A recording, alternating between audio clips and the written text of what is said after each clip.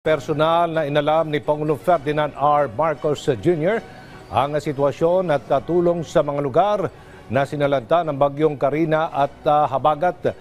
Kaugnay niyan, nirekomenda ni DILG Secretary Benhur Abalos na isailalim na sa state of calamity ang Kalakang, Maynila dahil sa matinding pagbaha.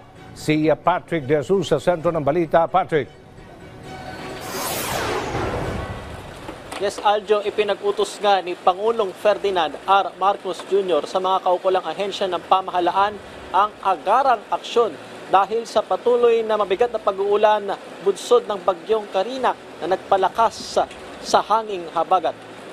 Ito ay nang pangunahan ng Pangulo ang situational briefing ngayong umaga dito sa NDRRMC sa Camp Aguinaldo. Dito nga ay binigyan ng update ang Pangulo patungkol sa sitwasyon sa Metro Manila at mga karatig na rehiyon na apektado ng pag-uulan.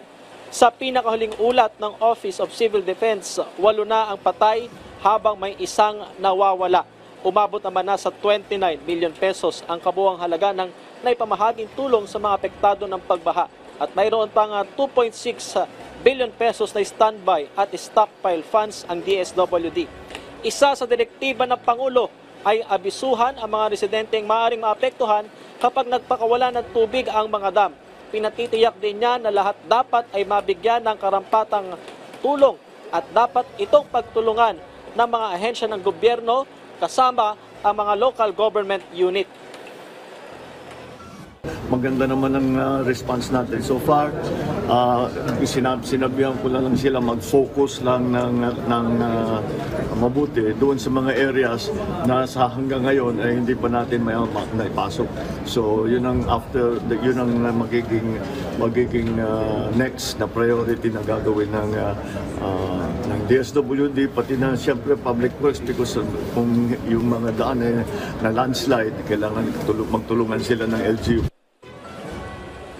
Inirekomenda naman ni DILG Secretary Benhur Abalos na isailalim sa state of calamity ang buong Metro Manila. Pagpupulungan ito ngayong hapon sa MMDA Head Office sa Pasig City sa pangunguna nga yan ni Abalos. Aljo, dito sa NDRRMC, mapapansin nyo naman ay napakalakas pa rin nga ng pag-uulan at sa buong araw ay asahan itong tuloy-tuloy na pag-uulan at masamang panahon.